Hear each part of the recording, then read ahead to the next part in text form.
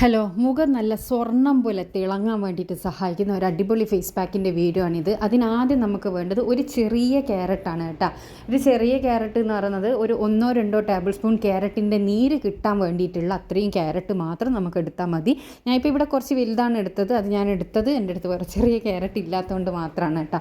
അപ്പോൾ നിങ്ങളുടെ അടുത്ത് ചെറിയ ക്യാരറ്റ് ഉണ്ടെങ്കിൽ അല്ലെങ്കിൽ വലിയ ക്യാരറ്റാണ്, അതിൻ്റെ പകുതിയൊന്നും വേണ്ടി വരില്ല. ഞാൻ ഇപ്പോൾ കാണിച്ചു തരാം ഞാൻ എത്ര എടുത്തിട്ടുണ്ട് എന്നുള്ളത്.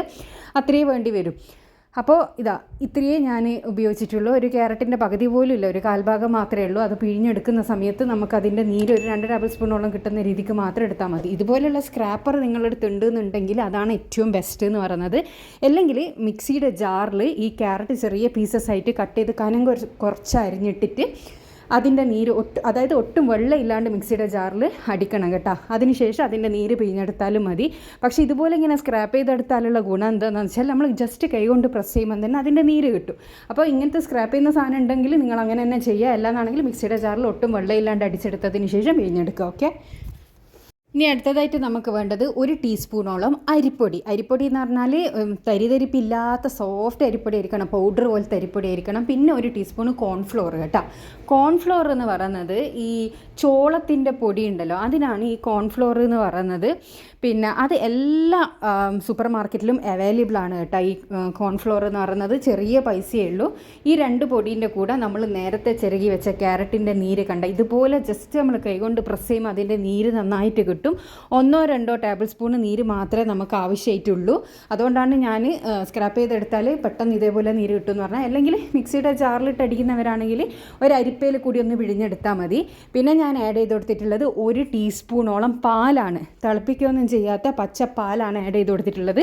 ഇതെല്ലാം കൂടിയിട്ട് നന്നായി മിക്സ് ചെയ്ത് ഒരു നല്ലൊരു ഫേസ് പാക്കിൻ്റെ കൺസിസ്റ്റൻസി ആക്കിയെടുക്കുക കേട്ടോ. ഫേസ് പാക്കിൻ്റെ കൺസിസ്റ്റൻസി ആക്കിയെടുത്തതിന് ശേഷം, അതായത് നിങ്ങൾക്ക് ഇത് നല്ല ടൈറ്റായി പോയി എന്ന് തോന്നുന്നുണ്ടെങ്കിൽ നിങ്ങൾക്ക് കുറച്ചും കൂടി ഇതിലേക്ക് പാലോ ക്യാരറ്റ് ജ്യൂസോ ആഡ് ചെയ്യുക.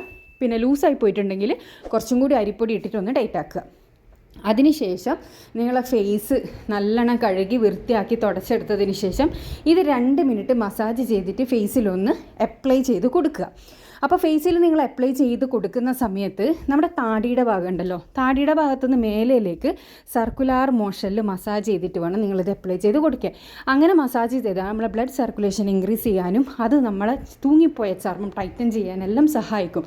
പ്രായം കൂടുതൽ തോന്നൂല കേട്ടോ. അപ്പോൾ ഈ മസാജിങ് എന്ന് പറയുന്നത് നിർബന്ധമായിട്ടുള്ളൊരു സ്റ്റെപ്പാണ്. അത് നിങ്ങൾ വെറുതെ ഒരു ഫേസ് പാക്ക് വാരി തേച്ചത് കൊണ്ട് അതിനെ കൊണ്ടുള്ള ഒരു റിസൾട്ടും കിട്ടില്ല. ഇതേപോലെ മസാജെല്ലാം ചെയ്ത് വേണം നിങ്ങൾ ചെയ്യാൻ. ബ്യൂട്ടി പാർലറിലെല്ലാം പോയാൽ നിങ്ങൾക്ക് അറിയായിരിക്കും, ഫേഷ്യലെല്ലാം ചെയ്യുമ്പോൾ അവർ കുറേ നേരം മസാജ് ചെയ്യും. ആ മസാജിങ്ങിലാണ് ശരിക്കും പറഞ്ഞാൽ റിസൾട്ട്. അപ്പോൾ അത് നിങ്ങളൊന്ന് ശ്രദ്ധിക്കുക. അതിനുശേഷം ഇത് നിങ്ങൾ ഫേസിൽ അറ്റ്ലീസ്റ്റ് ഒരു 25 മിനിറ്റ് വെക്കുക. സമയം ഉണ്ട് എന്നുണ്ടെങ്കിൽ നന്നായി ഡ്രൈ ആകുന്നത് വരെ ഇത് ഫേസിലൊന്ന് വെക്കുക കേട്ടോ.